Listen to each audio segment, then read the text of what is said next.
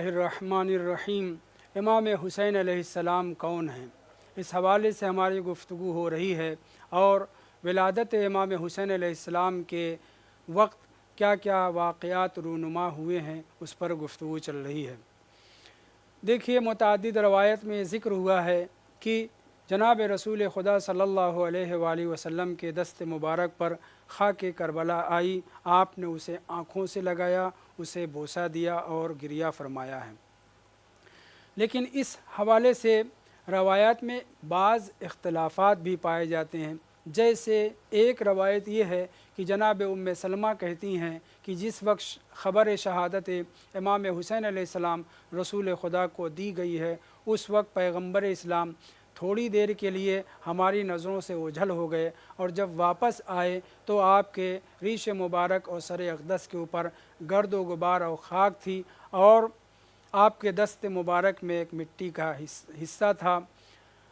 जो सुर्ख़ था और जनाब उम्मे सलमा को रसूल इस्लाम ने देते हुए कहा था, ये वही ख़ाक है जिस पर मेरा लाल हुसैन शहीद कर दिया जाएगा, और जब ये ख़ाक खून में तब्दील हो जाए, जिस रोज़ ऐसा हो जाए तो ए उम्मे सलमा समझ लेना कि मेरा लाल हुसैन शहीद कर दिया गया।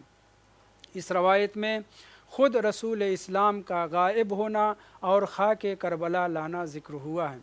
जबकि दूसरी रवायत में ये है कि जब पैगम्बर इस्लाम ने ख़बर शहादत इमाम हुसैन अलैहिस्सलाम जिब्राईल से सुनी तो जिब्राईल ने आपसे सवाल किया, ऐ अल्लाह के रसूल, क्या आप चाहते हैं कि मैं उस ख़ाक को आपके सामने पेश कर दूं कि जिसके ऊपर इमाम हुसैन अलैहिस्सलाम को शहीद किया जाएगा? और जब जनाब रसूल खुदा ने मुस्बत जवाब दिया तो जनाब जिब्राईल अपने दस्त मुबारक को बढ़ाते हैं, पैगंबर की खिदमत में मौजूद हैं, वहीं से हाथ बढ़ाते हैं और जब वापस हाथ आता है तो आपके दस्त मुबारक में वो ख़ाक ख़ाके करबला, ख़ाके तुरबत इमाम हुसैन अलैहिस्सलाम होती है जो रसूल इस्लाम के हवाले कर देते हैं। इस रवायत में जिब्राईल का जाना ज़िक्र नहीं हुआ है, लेकिन तीसरी रवायत में ये ज़िक्र हुआ है कि रसूल इस्लाम ने जब ख्वाहिश ज़ाहिर की कि मैं उस ख़ाक को देखना चाहता हूँ, उस सरज़मीन को देखना चाहता हूँ जिसके ऊपर मेरा लाल शहीद किया जाएगा, तो जनाब जिब्राईल नज़रों से ओझल होते हैं और थोड़ी देर के बाद ख़ाक लेकर के हाज़िर होते हैं। ये तीन रवायत हमारी मोतबर किताबों में भी ज़िक्र हुई है, मगर एक चौथी रवायत जिसे हज़रत इमाम जाफ़र सादिक़ अलैहिस्सलाम बयान फरमाते हैं उस पर तवज्जो चाहता हूँ। और इस 4-5 किस्म की रवायात से हम धोखे में ना आ जाएं कि इनमें से सब गलत है या कोई एक सही नहीं। शायद ये वाक़या मुतअद्दिद बार पेश आया हो, क्योंकि पैगम्बर इस्लाम ने ख़ाके करबला सिर्फ़ उम्मे सलमा को नहीं दिया है, बाज़ अज़वाज को भी ख़ाके करबला दी गई है, तो हो सकता है मुतअद्दिद मरतबा ये वाक़या पेश आया हो। छठे इमाम की ये रवायत जिसे मैं बिहारुल अनवार से नक़ल कर रहा हूँ और कामिलुज़ ज़ियारात में भी ज़ाहिरन आई है ये रवायत, इमाम सादिक़ अलैहिस्सलातु वस्सलाम फरमाते हैं कि जिस वक्त जनाब रसूल खुदा सल्लल्लाहु अलैहि वसल्लम ने ख्वाहिश ज़ाहिर की कि मैं अपने लाल के शहीद होने की जगह और उस ज़मीन को देखना चाहता हूँ, फ़ख़ुसिफ़ा मा बैना मजलिस रसूलिल्लाह वल अर्ज़ुल्लती क़ुतिला फ़ीहा।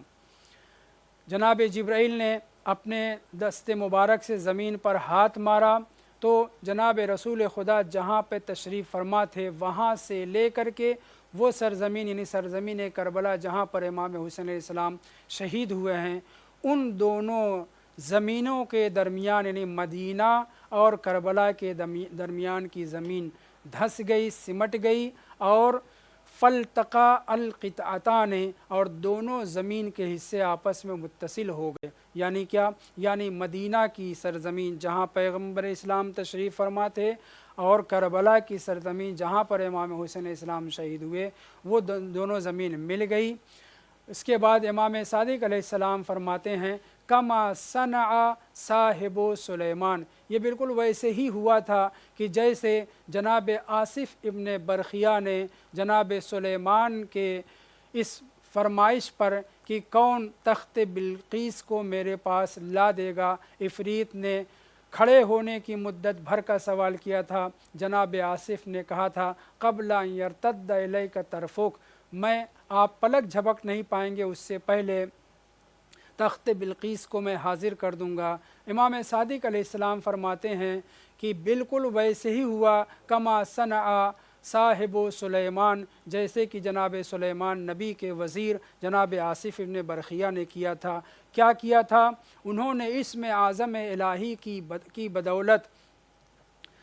वो सरज़मीन जहाँ पे जनाब सुलेमान थे और वो सरज़मीन जहाँ पे बिल्कीस का तख्त था, उन दोनों के दरमियान के हिस्से को, सरज़मीन को धंसा दिया इसमें आज़म की बदौलत, यहाँ तक कि इल्तक़ा अलक़ितातान, दोनों हिस्से ज़मीन के मिल गए। बिल्कुल वैसे ही